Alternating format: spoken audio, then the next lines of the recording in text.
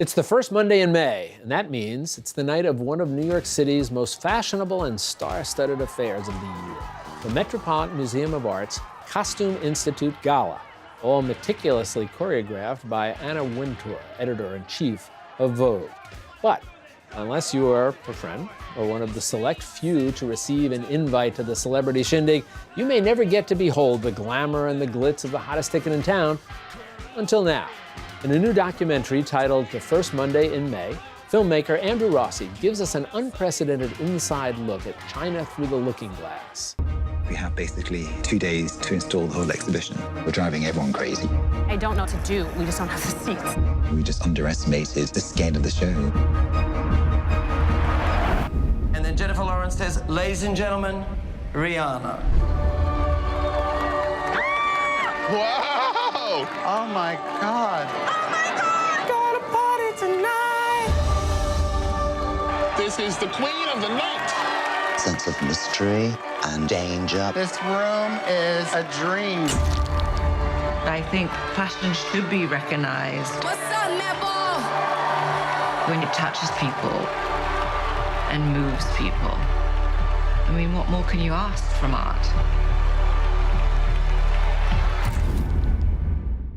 And director and cinematographer of that film, Andrew Rossi, joins me now to talk about it. Andrew, nice to have you here with us. Thanks so much for having me, Jack. I want to start off with how you came to this project. You have done some marvelous films in the past. Page One, a look at the media desk of the New York Times. Ivory Tower, a look at student debt and the impact it's had on the idea of college as a vehicle for upward mobility. How do you get to this project then? Absolutely. How'd that happen? Well, you know, it's interesting because fashion is not something that I feel is a particular strength or concentration of mine thematically, but I'm always interested in sort of flexing my creative muscles and approaching new subjects. And certainly the opportunity to work with Anna Wintour, I thought was really fascinating. She invited me to meet with her to talk about doing a movie about the Metropolitan Museum of Art's Costume Institute. So it was really at her kind of initiative that this project came about. When you look at this, and it's a fabulous film, it really, and you don't, as you said, you don't have to be specifically interested. You don't have to be a fashion aficionado to watch this and say, this is really, really cool. Because it's stories, it's personalities, it's the optics, the visual elements of this all. But when you were first approached about it, what did you see as the challenges of putting something like this on film? You know, I thought that going behind the scenes at the Metropolitan Museum of Art would be a great opportunity and challenge. I really do enjoy sort of going behind the scenes of an institution and trying to find an individual whose journey sort of brings life to the humanity of the institution. And Andrew Bolton, who's the curator at the Costume Institute, is almost like a disruptive force in the Metropolitan Museum of Art because the curatorial department of fashion is relatively young within the context of the bigger museum. It's sort of in the basement. It's in the basement. Which may suggest something about it. Absolutely. And I think that sort of traditional 19th century notions of art sort of frown upon or are not sure how to deal with fashion, which in many ways has been viewed historically as an applied art versus a fine art. And we know that certainly fashion is theater. We know that. Absolutely. But there seems to be this, you're dealing with this theme here. Is fashion really art? And how about, fashion and art and business and commerce? How do they all come into play here? Did you see those issues coming as you were plotting this whole thing out? I think from the beginning I knew that Andrew Bolton, who did the Savage Beauty exhibition in 2011 about Alexander McQueen, would always be the sort of hero of the story.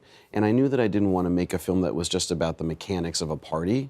But I Even wasn't though that's sure, pretty cool, by the way. The mechanics of the even party though is they really are, interesting. For sure. And you see a certain equivalence, in a sense, to the artistic sort of contribution that Andrew Bolton's making and that Anna Wintour is making as well.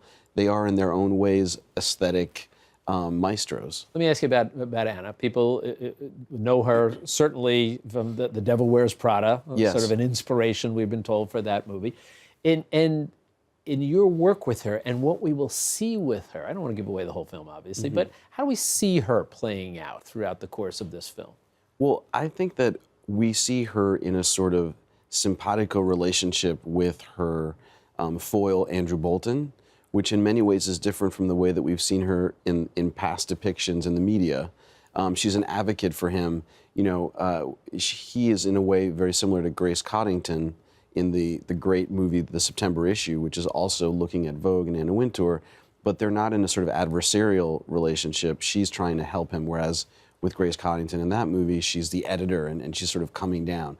So what emerges, I believe, is a vision of her that is much more, I don't know, sort of sympathetic. I think you see the personal investment she has in the mission of the Costume Institute. And, you know, I hope that it kind of counters the cliche of her as a sort of icy personality, because ultimately, you know, many of her attributes as a manager, as a leader in this context, if they were found on a man, as we see someone says in the movie, they would be viewed as great sort of, you know, leadership qualities. Well, if you watch it, and you should watch it, you'll realize it's entertaining, it is thoughtful, it's inspiring, and it's a fascinating pull back of the curtain for something. So Andrew Rossi, thanks for spending some time with us. We appreciate it. Nice to meet you. Thank you, Jack. Nice to meet you. For more information on the film, you can log on to our metrofocus.org website.